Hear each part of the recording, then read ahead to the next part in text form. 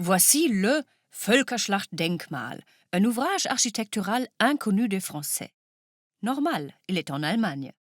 Mais de nombreux Allemands sont eux aussi en train d'écarquiller les yeux. Car c'est la triste réalité, le plus grand mémorial d'Europe est aussi l'un des monuments les plus méconnus au monde. Le Völkerschlachtdenkmal, inauguré en 1913 par l'empereur Guillaume II, commémore un événement qui a eu lieu exactement 100 ans plus tôt près de Leipzig, la bataille des nations, le plus grand carnage que le monde ait connu jusque-là.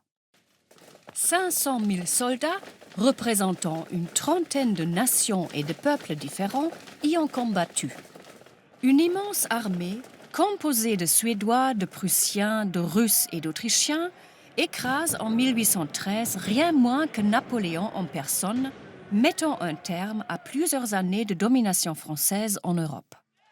Un événement de taille qui ne pouvait être glorifié que par un mémorial de même nature. Le projet est donc confié aux spécialistes des monuments commémoratifs mégalomaniaques.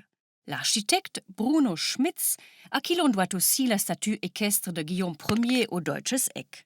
Les fidèles téléspectateurs de carambolage connaissent ça par cœur. Au premier abord, le Völkerschlachtdenkmal ressemble à une sorte de pyramide ratée. Au deuxième abord aussi. Les historiens de l'art sont tous d'accord là-dessus. L'œuvre ne séduit ni par ses proportions harmonieuses, ni par l'élégance de ses détails. En bas se dresse la gigantesque statue de l'archange Michel, patron des soldats, surmontée de l'inscription « Dieu avec nous ». Tout en haut, 12 chevaliers, disposés en cercle, veillent sur la liberté avec une mine patibulaire. Entre les deux, la date de la bataille et un désert de pierre. Pas de doute, le Völkerschlachtdenkmal n'est pas beau. Mais il est grand. 70 mètres de long, 80 mètres de large et 91 mètres de haut. À côté de lui, d'autres ouvrages comme la colonne de la Victoire, la porte de Brandebourg à Berlin, Notre-Dame, le Sacré-Cœur ou l'Arc de Triomphe à Paris paraissent tout rikiki. À l'intérieur, dans ce qu'on appelle le temple de la gloire, 16 guerriers de pierre gardent un tombeau symbolique. Au-dessus trônent 4 colosses musclés de près de 10 mètres de haut.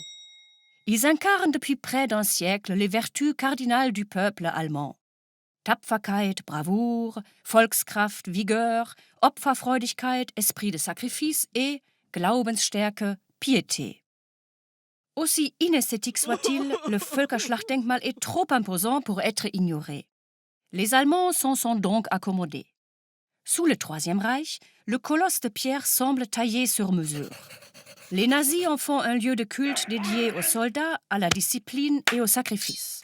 Avec la création de la RDA, le Völkerschlachtdenkmal reprend du service en tant que symbole de l'amitié germano-soviétique. Pourquoi ? Parce que ce sont les soldats russes qui ont payé le plus lourd tribut en 1813. Après la réunification de l'Allemagne, on ne sait plus trop quoi faire de ce mémorial nationaliste que les touristes n'intègrent que rarement à leur programme de visite. Mais le capitalisme viendra à la rescousse.